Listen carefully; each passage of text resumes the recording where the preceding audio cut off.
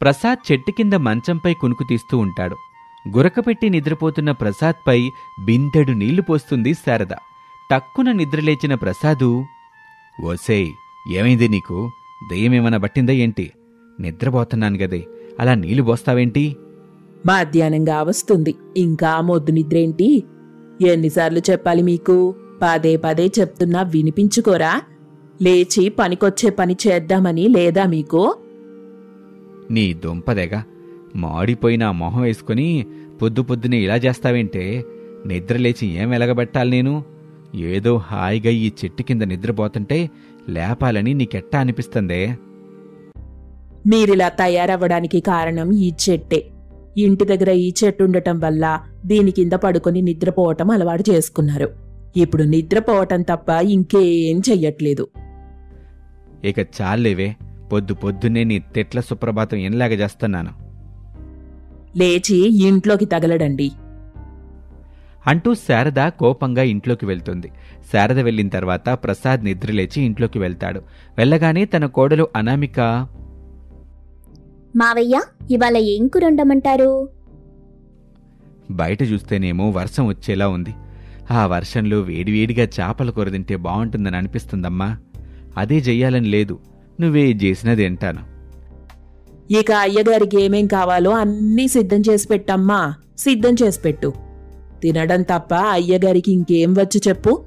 నీలాంటి కోడలుంటే అలాంటి వాళ్ళు ఇంకా బద్ధకంగా తయారవుతారు. అలా శారద అనేసరికి ప్రసాద్ అక్కడి నుంచి వెళ్ళిపోతాడు. అనామిక మెల్లగా వంటగదిలోకి వెళ్లి వంటలు చేస్తూ ఉంటుంది. ఇక అప్పుడే వర్షం కురవటం మొదలవుతుంది.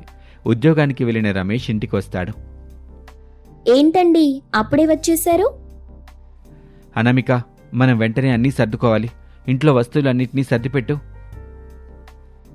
ఏమైందండి? ఎందుకు సర్ది పెట్టాలి? ఏం జరిగింది? ఏమైంది బాబు? ఎవరితోనైనా గొడవ పడ్డావా? చెప్పండి, అలాంటిదేమైనా జరిగిందా? గొడవ పడ్డారా? అబ్బబ్బా, మీ పాటికి మీరలా అనుకుంటే ఎలా చెప్పండి? వర్షం పడుతోంది, చూశారు కదా.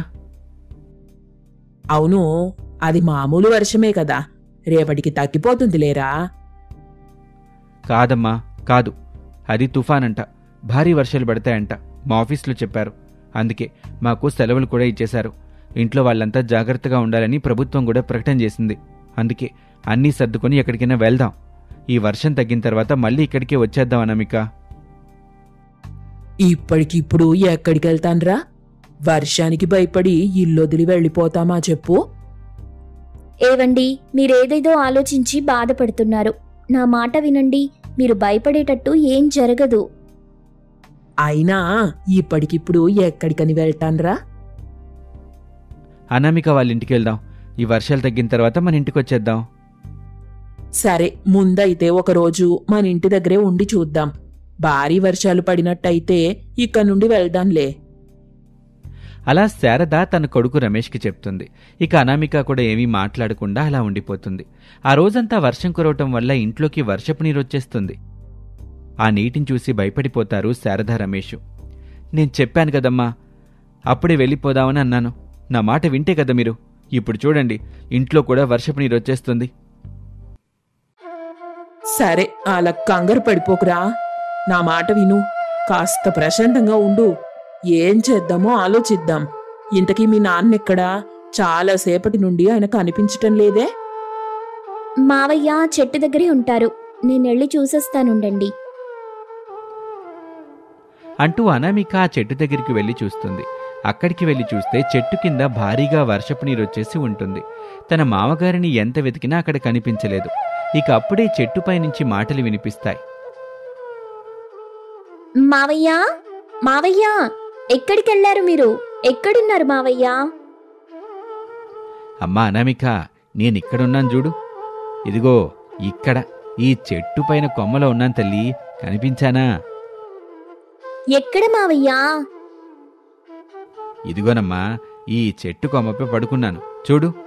అలా ప్రసాద్ అనగానే పైకి చూస్తుంది అనామిక. అక్కడ ప్రసాద్ గోపాలకృష్ణుల్లాగా పడుకోనుంటాడు. ప్రసాద్ని చూసి అనామిక ఆశ్చర్యపోతుంది. అవతల అత్తయ్య మిమ్మల్ని అరుస్తుంది మావయ్య.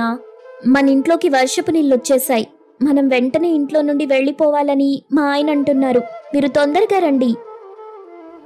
ఇదిగోనమ్మా వస్తున్నాను అంటూ ప్రసాద్ చెట్టుపై నుంచి నిచ్చెన సహాయంతో కిందకొచ్చేస్తాడు. అలా ప్రసాద్ రావటం చూసి అనామికకి ఒక చక్కటి ఆలోచన వస్తుంది.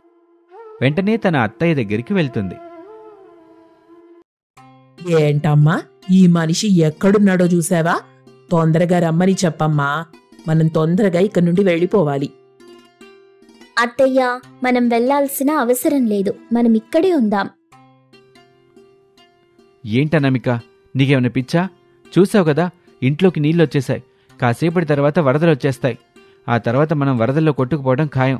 మన ప్రాణాలు కాపాడుకోవాలి కదా. మనమైతే ఏదో ఒకలా బ్రతికిపోతాం. కానీ అమ్మా నాన్నలకే వయసైపోయింది. ఈ సమయంలో వాళ్ళు ఇల్లు దాటి బయటకు వెళ్లాలంటేనే భయపడిపోతారు. అలాంటిది తమను తాము ఎలా కాపాడుకోగలుగుతారు చెప్పు? మనం ఇక్కడే ఉందామండి. ఎక్కడికి పోవాల్సిన పని లేదు. అదిగో చూశారు కదా, మన ఇంటి దగ్గర ఆ పెద్ద చెట్టుని. ఆ చెట్టుంటే ఏంటటిప్పుడు? శారద అలా అడుగుతూ ఉండగా అక్కడికి ప్రసాద్ వస్తాడు. వర్షం అంతలా పడుతున్నా ఒక్క చినుకు కూడా ప్రసాద్పై పడకపోవటాన్ని శారద గమనిస్తుంది. ఏంటండి మీరు ఇంతసేపు ఏ ఇంట్లో ఉన్నారు? ఇంట్లో ఉండటమేంటే, అదిగో మన చెట్టుపైనే ఉన్నాను. అనామిక వస్తేను లేచొస్తున్నా. ఆ చెట్టు కొమ్మపై నిద్రపోతే ఎంత హాయిగుందో తెలుసా? నేను చెప్పేది కూడా అదే అత్తయ్యా. మనం ఈ ఇంటి నుండి ఎక్కడికి వెళ్లాల్సిన పని లేదు. ఆ చెట్టు కొమ్మలపై మనం ఉండడానికి ఇంటిని కట్టుకుందాం. చెక్కలతో ఆ ఇంటిని చెయ్యొచ్చు. అది అయ్యే పనేనా అనామిక? అలా చెయ్యొచ్చా? చెయ్యొచ్చు అత్తయ్యా. ఏవండి, మీరిల్లు కట్టుకోవడానికి కావలసిన చెక్కలు తీసుకురండి. అదిగో ఆ నిచ్చెన సాయంతో నేను ఇల్లు కట్టేస్తాను. వారెవ్వా అనామిక, నువ్వు భలేగా ఆలోచించావమ్మా. నేను నీకు సాయం చేస్తాను. వెంటనే మనం మన ఇంటిని సిద్ధం చేసుకుందాం. అలా ప్రసాదు రమేషు సహాయం చేస్తుంటే అనామిక ఆ చెట్టు కొమ్మలపై ఇంటిని కట్టడం మొదలుపెడుతుంది. ఇక పడుకోవటానికి ఒక గదిని, దాని కింద వంట చేయటానికి మరొక గదిని సిద్ధం చేస్తుంది అనామిక. అది చూసి శారద ఆశ్చర్యపోతుంది. రమేష్ అయితే ఉబ్బి తబ్బిబ్బైపోతాడు. అరే అనామిక, అద్దరగొట్టేసావు తెలుసా? నిజంగా నువ్వు చాలా తెలివైన దానివి. నీలాంటి తెలివైన భార్య ఉండటం నా అదృష్టం. ఏమేవు శారదా, అలా చూడు, అందరూ వరద నీటిలో నడుస్తూ వెళ్తున్నారు. భారీ వర్షానికి చాలా ఇల్లు మునిగిపోయినాయి. వాళ్ళకంటే మనమే ఎంతో కొంత నయం అనిపిస్తుంది. అవునండి, మన కోడలి వల్ల మనకు ఆ కర్మ రాలేదు. లేకుంటే వాళ్లలా ఈదుకుంటూ వెళ్లాల్సొచ్చుండేది. అమ్మా అనామిక, ఇక మన కొత్త ఇంట్లోకి వెళ్దామా? వెళ్దాం పదండి. అలా అనామిక, శారద, ప్రసాదు, రమేషు తమకు కావాల్సిన వస్తువులన్నిటినీ తీసుకుని ఆ చెట్టు కొమ్మలపై సిద్ధం చేసిన ఇంట్లోకి వెళ్తారు. అక్కడికి వెళ్ళిన తర్వాత ఊరు మొత్తం కనిపిస్తూ ఉంటుంది వాళ్ళకి. అమ్మా, మన ఊరు పూర్తిగా మునిగిపోయినట్టుంది. ఈ వర్షం ఇంకా పడుతుంది. పాపం ఎంతమంది ఇబ్బంది పడుతున్నారో ఏంటో. అమ్మా అనామిక, అదిగో ఆ కూరగాయలమ్మే పద్మ వెళ్తోంది చూడు. మనకి కావలసిన కూరగాయలు తీసుకురా. అలాగే అత్తయ్యా అంటూ అనామిక నిచ్చెన సహాయంతో కిందకు వెళ్లి పద్మ దగ్గర కూరగాయలు తీసుకొస్తుంది. వాటితో చెట్టుపై ఉన్న ఇంట్లో కూరలు వండటం మొదలు పెడుతుంది. వారిని చూసి కూరగాయలమ్మే పద్మ, ఆహా, తెలివైన పనే. చాలా బాగా ఆలోచించారమ్మా. ఇక మీకే ఇబ్బంది ఉండదు. ఆ చెట్టుపైనే హాయిగా ఉండొచ్చు. ఓసై పద్మ, అలా దిష్టి పెట్టకే. ఇంతకీ ఇలా చేసిందెవరమ్మా? ఎవరికొచ్చింది ఈ ఆలోచన? ఇంకెవరికొస్తుంది? మా కోడలికే ఈ తెలివైన ఆలోచన వచ్చింది. మావంతా మట్టి బుర్రలే. మా ఆవిడ శారదైతే మట్టి కాదు, బూడిద బుర్ర. చాలు, ఇంకా ఆపండి. ఏమే పద్మ, ఊళ్ళో అందరికీ ఈ విషయం చెప్పు. మాలాగా వాళ్ళు కూడా చెట్టుపై ఇల్లు కట్టుకొని ఉంటారేమో. ఇలాంటి పెద్ద పెద్ద చెట్లు మన ఊళ్ళో ఎక్కువగా లేవు కదమ్మా. మీ ఇంట్లో తప్ప ఇంకెక్కడా లేదు. ఈ చెట్టుని కాపాడుకుంటూ వచ్చారు. ఇప్పుడు ఈ చెట్టే మిమ్మల్ని కాపాడింది. అదే చెట్టు చేసే త్యాగం. ఒక పూట కుక్కకి అన్నం పెట్టినా అది మనం చచ్చే వరకు మనతోనే విశ్వాసంగా ఉంటుంది. అలాగే ఒక చెట్టుని పెంచితే ఆ చెట్టు చచ్చిపోయినా దాని వేర్లు సైతం మనకి సాయం చేయాలని తపన పడతాయి. చెట్టుకున్న గొప్ప గుణం అదే కదా. ఇతరులకి హాని చెయ్యనిదేదైనా ఉందంటే అది చెట్టు మాత్రమే. అబ్బబ్బా, భలే చెప్పారమ్మా. అందుకే మిమ్మల్ని తెలివైనది అనేది. కనీసం మీరు చేసిన పని చూసైనా ఇకపై ఈ ఊళ్ళో అందరూ మొక్కలు నాటి పెంచుతారేమో చూడాలి. సరే సరే, సమయానికి వచ్చావు. భోంచేసి వెళ్దూరా పద్మా. రా పద్మ, కాస్త తినేసి వెళ్దువు. లేదమ్మా, వర్షం పడుతూనే ఉంది కదా. ఈ వర్షంలోనే వ్యాపారం బాగా జరుగుతుంది. అందరూ ఇళ్లలోనే ఉంటారు, కూరగాయల కోసం ఎదురు చూస్తుంటారు. నేనెళ్ళాలి. అలా పద్మ అక్కడి నుంచి వెళ్తుంది. ఇక అనామిక అయితే పద్మ దగ్గర తీసుకున్న కూరగాయలతో చెట్టుపై ఉన్న ఇంట్లో కూరలు చేసి అందరికీ భోజనం చేసి వడ్డిస్తుంది. అందరూ కూర్చొని అన్నం తింటారు. వర్షం పడుతున్నా కూడా వాళ్ళంతా ఆ చెట్టుపై ఇంట్లో ఉంటూ హాయిగా తింటూ ఉంటారు. నిజంగా నీలాంటి కోడలున్నందుకు నాకు గర్వంగా ఉందా అనామిక? అత్తయ్యా, నేనేం చెయ్యలేదు. ఒక అత్యవసర సమయంలో మంచి నిర్ణయం తీసుకున్నానంతే. ఇప్పుడు అదే మనల్ని కాపాడింది. శభాష్ అనామిక, నువ్విక్కడుండాల్సిన దానివి కాదు కదా, నువ్వు కలెక్టర్ అవ్వాల్సిన దానివి అసలు. అలా రమేష్ అనగానే అందరూ నవ్వుకుంటారు. ఇక వర్షాలు తగ్గే వరకు ఆ చెట్టుపై ఇంట్లోనే ఉంటూ అనామిక కుటుంబం సంతోషంగా జీవిస్తూ ఉంటుంది. ఇది వాల్టి కథ. మరొక ఆసక్తికర కథలో మళ్ళీ కలుద్దాం. అంతవరకు సెలవు, నమస్తే. అనామికకి శ్రీకృష్ణుడు అంటే చాలా ఇష్టం. ప్రతి ఏడాదిలాగే ఈసారి కూడా కృష్ణాష్టమి చాలా ఘనంగా నిర్వహించాలి అనుకుంటుంది. కాని కొత్తగా వచ్చిన ఇద్దరు కోడళ్ళు అవని, అంజలిలు కృష్ణాష్టమి పండుగను అస్సలు పట్టించుకోరు. వారిని చూసి అత్తగారు శారద, అరే, మీరింకా ఇలా ఉన్నారేంటి? ఈ రోజెంతో విశిష్టమైన రోజని మీకు తెలీదా? పవిత్రమైన కృష్ణాష్టమి రోజు మనం వేడుకలు చేసుకోవాలి, పూజలు చెయ్యాలి. అదిగో చూడు, అనామిక ఎంత నిష్టగా పూజలు చేస్తుందో. అయినా ఈ రోజుల్లో పూజలేంటత్తయ్యా? పండగొస్తే చాలు పిల్లలకి సెలవులిచ్చేస్తారు. ఇక మనం ఇంట్లో ఏదైనా కొత్త వంటకం చేసుకుని తిని తర్వాత హాయిగా నిద్రపోవాలి. అందరూ చేసేది ఇదే కదా. అలా అనకండమ్మా. రాను రాను మన సాంప్రదాయాలు, కట్టుబాట్లు కనుమరుగైపోతున్నాయి. అసలు కృష్ణాష్టమి అంటే ఏంటో తెలుసా? ఈ పండుగ ప్రత్యేకత తెలుసా మీకు? అది తెలుసుంటే వీళ్ళిలా మాట్లాడేవాళ్లు కాదత్తయ్యా. వీళ్ళకర్థమయ్యేలా నేను చెప్తాను. ఇదిగో అవని, అంజలి, మీరిద్దరూ ఈ పండుగ గురించి చాలా తెలుసుకోవాలి. ప్రతి ఏడాది శ్రావణ మాసంలో కృష్ణపక్షంలో వచ్చే అష్టమి నాడు ఈ కృష్ణాష్టమి వేడుకల్ని ప్రపంచమంతా జరుపుకోవటం ఆనవాయితీగా వస్తుంది. ఈ కృష్ణాష్టమిని గోకులాష్టమని కూడా అంటారు. కాస్త వివరంగా చెప్పక్క, నాకింకా చాలా విషయాలు తెలుసుకోవాలనుంది. నేను చెప్తాను వినండమ్మా, వినండి. వేణుమాధవుడు లోకానికి గురువు. గీతను బోధించి లోకంలో ఉండే ప్రతి ఒక్కరికి దారి చూపాడు ఆ కన్నయ్య. చిన్నతనంలో కన్నయ్య అల్లరి పిల్లాడుగా, చిలిపి చేష్టలతో వెన్నదొంగగా మారి గోపికలతో పాటు అందరి మనసులు దోచుకున్నాడు. గోపబాలకుడిగా, సోదరునిగా, అసుర సంహారిగా, ధర్మ సంరక్షకునిగా ఎన్నో పాత్రలు పోషించాడు కన్నయ్య. ఎన్ని పాత్రలు పోషించినా అంతా లోక కళ్యాణం కోసమే చేశాడు. అందుకే కృష్ణాష్టమి వస్తుందంటే చాలు దేశవ్యాప్తంగా సందడి సందడిగా ఉంటుంది. ఈ పవిత్రమైన రోజున చిన్నారులను కన్నయ్య రూపంలో అలంకరించి పూజలు చేస్తారు. ఆ వ్రతాన్ని ఆచరించిన వాళ్ళకి కోరిన కోరికలన్నీ నెరవేరుతాయనే నమ్మకముంది. ఆహా, వింటుంటే ఇంకా ఇంకా వినాలనిపిస్తుంది. అసలు ఆ శ్రీకృష్ణుని జన్మకి సంబంధించిన విషయాలు చెప్పండక్కా. కన్నయ్య జన్మ ఓ అద్భుతమనే చెప్పాలి. పరమ రాక్షసుడైన కంసుని చెల్లెలు దేవకి. తనకి ఆమంటే ఎంతో ప్రేమ. తనకు వసుదేవుడితో వివాహం జరిపించి అత్తారింటికి పంపే సమయంలో ఆకాశవాణి తన చెల్లెలి కడుపులో 8వ సంతానంగా పుట్టే కుమారుడు కంసుణ్ణి అంతమొందిస్తాడని చెప్పింది. దాంతో కోపంగా కంసుడు తన చెల్లెలు దేవకి, బావ వసుదేవుడిని జైల్లో బంధిస్తాడు. వాళ్లకి పుట్టిన బిడ్డలను పురిట్లోనే చంపేస్తుంటాడు. అలా 7 చిన్నారులను కోల్పోయిన దేవకి 8వసారి గర్భం దాలుస్తుంది. ఆ బిడ్డ తన అంతు చూస్తాడని కంసుడికి ముందుగానే తెలుసు కాబట్టి కారాగారం వద్ద భద్రతని మరింత పెంచాడు. అదే సమయంలో నెలలు నిండిన దేవకికి శ్రావణ మాసంలో బహుళ అష్టమి నాడు రోహిణి నక్షత్రం వేళ అర్ధరాత్రి శ్రీకృష్ణుడు జన్మించాడు. తనని ఎలాగైనా రక్షించాలనుకున్నారు దేవకి వసుదేవులు. అదే సమయంలో ఆ చిన్నారి విష్ణుమూర్తిగా ప్రత్యక్షమై ఏం చెయ్యాలో చెబుతాడు. వెంటనే వసుదేవుని సంకెళ్ళు తెగిపోతాయి. కారాగారం తలుపులు తెరుచుకుంటాయి. సైనికులు సొమ్మసిల్లి పడిపోతారు.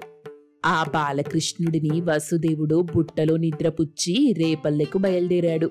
అప్పుడు దారిలో కుండపోతగా వర్షం కురుస్తుంది. కన్నయ్యపై వర్షపు చినుకులు పడకుండా ఆదిశేషుడు పడగలా మారి గొడుగు పడతాడు. తర్వాత వసుదేవుడు యమునా నది దాటుకుంటూ వెళ్లి రేపల్లె చేరుకుంటాడు. అక్కడ యాదవరాజైన నందుని భార్య యశోద ఆడపిల్లకు జన్మనిచ్చింది. అది గమనించిన వసుదేవుడు కన్నయ్యను యశోద పక్కన పడుకోబెట్టి ఆడపిల్లను తన చేతుల్లోకి తీసుకొని అక్కడి నుండి తిరిగి కారాగారానికి వచ్చేస్తాడు. ఇక రేపల్లెలో నందుని ఇంట మగబిడ్డ జన్మించడంతో రేపల్లెలో పెద్ద ఉత్సవం జరిపిస్తారు. అదే గోకులాష్టమిగా ప్రసిద్ధికెక్కింది. అప్పటి నుండి అందరూ శ్రీకృష్ణాష్టమి వేడుకలను ఎంతో ఘనంగా జరుపుకుంటూ వస్తున్నారు. ఆహా, శ్రీకృష్ణుని జననం నిజంగానే అద్భుతమక్కా.